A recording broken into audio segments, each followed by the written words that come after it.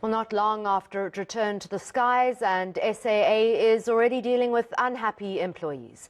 National Union of Metal Workers of South Africa, alongside the South African Cabin Crew Association, are picketing outside the head office of South African Airways to highlight problems with the new airline. Well, staff members say many of the old airline's problems have been carried over to the new airline. NUMSA says it's raised these issues with the Department of Public Enterprises, but these concerns have fallen on deaf ears. Let's cross to Heidi Giokos for more on this. Heidi, good morning to you. What are the main issues with the new airline according to those picketing? Yes, Annika, we do understand that a number of issues have been raised by NUMSA and SAA with regards to the working conditions and a number of other issues that exist here at SAA, but we are joined by the president of SAA. Zazi, thank you so much for your time. Many would say this didn't last very long. There was so much excitement for SAA to be back in the skies, but NUMSA and SAA have raised certain issues with regards to working conditions. Speak to us about what these issues actually are. Okay, well, firstly, it's such a great pity that we find ourselves here. This is not what we wanted, but it seems in this country, before you get heard, you must picket and demonstrate and act like this. And it's really unfortunate, because for months we've been asking SAA management to engage with us. We have a CEO who blatantly refuses, and he said that categorically, to engage with Labour. He shuns us off to other people. So our members are saying the conditions that have unilaterally been imposed on them are not acceptable to them. For instance, they have taken a 35% wage cut. Their salary, imagine you bought a house, you bought a bond, you got a bond based on what you used to earn. Now it's gone down to about 13,000. You can no longer afford what you used to. While management in the upper echelons have taken increases in salary. That's blatant. Conditions of employment such as allowances, shift allowances, night work allowances, housing, medical aid are not there.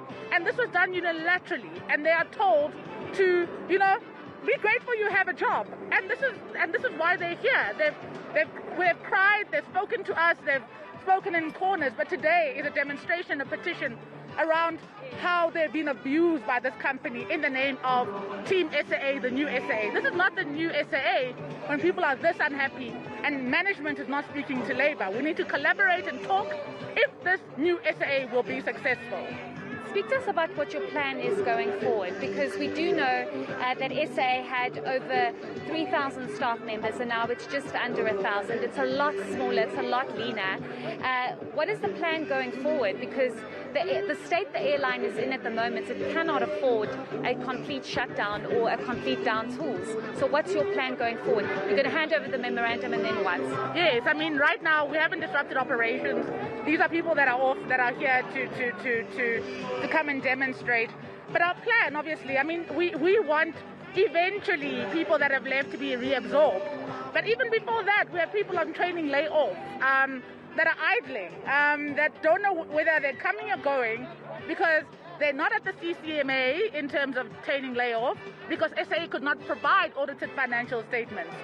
SAA is treating them like the plague. They're basically no man's land. Those people should be reabsorbed, reskilled, developed, be put into positions that are open. But what SAA management is doing is now in certain departments and areas, they're hiring back the people that they just gave DSP to. This is something they should have known and planned before giving DSPs. We need this particular group of skilled people or not, but they're basically disregarding the TLS and taking people that were at DSP. These people are not happy. And our plan is obviously to start with the TLS, to be reabsorbed, and then of course the people that have taken DSP, because they also did that out of fear and desperation. At that point, then be reabsorbed slowly. But it's got to be an airline that functions, it's got to be an airline that collaborates, it's got to be an airline with a management team that is willing to engage and talk to us as Labour and find collaborative solutions. You can't go out in the media and say it's all rosy when people are frustrated on the ground. So that's what we're asking from SAA management. Don't treat us like this as Labour. We are partners, we are stakeholders, and let's find collaborative solutions. Great, thanks so much for that update, Zazi.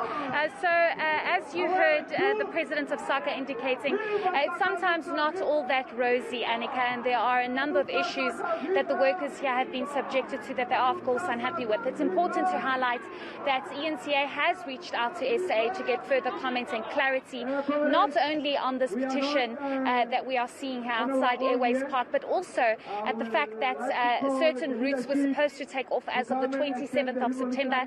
That did not happen, and we need to understand why, and if it's an issue of no available aircraft staff, what the actual problem is. So as soon as we are able to reach SAA management, we'll definitely bring you those details. Thank you, Heidi Giokos.